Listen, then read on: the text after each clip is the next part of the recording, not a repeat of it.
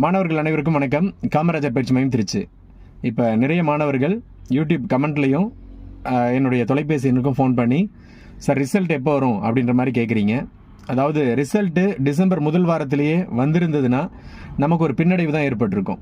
காரணம் என்னென்னா, எல்லாம் நன்மைக்கு நம்ம எடுத்துக்கணும். காரணம் என்னென்னா, யாரெல்லாம் நீங்கள் 2ஆம் நிலை காவலர் எழுத்து தேர்வு நல்லா சிறப்பாக எழுதி நமக்கு ரிசல்ட் வந்துடும் அப்படின்ற எதிர்பார்ப்பில் இருந்தீங்களோ, நீங்கள் அத்தனை பேருமே எஸ்ஐக்கு தகுதியான மாணவர்கள், சப் இன்ஸ்பெக்டர் எக்ஸாம் எழுதுறதுக்கு தகுதியான மாணவர்கள். ஒருவேளை டிசம்பர் ஃபர்ஸ்ட் வீக்கில் உங்களுக்கு ரிசல்ட் போலீஸ்க்கு கொடுத்துருந்தாங்கன்னா உங்களால் எஸ்ஐக்கும் படிச்சிருக்க முடியாது.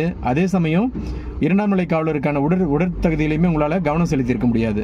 ஆக இப்போ இந்த ரிசல்ட் தாமதமாக வருவது என்பது நமக்கு நன்மையாக தான் அமைஞ்சிருக்கு. நம்ம பயிற்சி மையத்திலும் அதே நிலை தான்.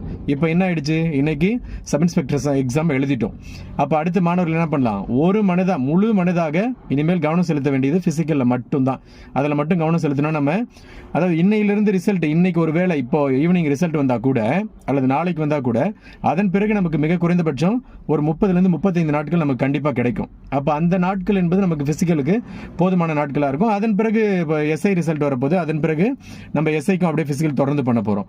ஆக நமக்கு ரிசல்ட் 2ஆம் நிலை காவலுக்குரிய ரிசல்ட் தாமதமாக வந்தது என்பது நன்மையாக தான் முடிஞ்சிருக்கு. இதை மாணவர்கள் பாசிட்டிவாக எடுத்துக்கிட்டு தொடர்ந்து பண்ணுங்க.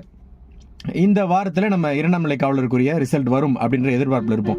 இன்னைக்கு வரும் நாளைக்கு வரும் அப்படின்ற ப்ரெடிக்ஷன் நம்ம சொல்ல வேணாம். நம்ம பாட்டு இனிமேல் நமக்கு என்ன இருக்கு, எப்போ வந்தாலும் சரி நம்ம பிசிக்கல் 6 போடணும், நம்ம கனக்கச்சிதமாக செயல்படணும் அப்படின்றத மட்டும் நீங்கள் மனதிலையும் மூளையிலையும் உள்வாங்கிக்கிட்டு உங்களுடைய உடற்திறன் தேர்வில் கவனம் செலுத்துங்க. மாணவர்கள் அனைவரும் உங்களுடைய உடற்திறன் தேர்வில் சிறப்பாக செயல்பட்டு 2ஆம் நிலை காவலர் மற்றும் சப் இன்ஸ்பெக்டர் போலீஸ் பணி நியமன ஆணை பெற காமராஜர் பயிற்சி மையத்தின் மிக சிறந்த வாழ்த்துக்கள்.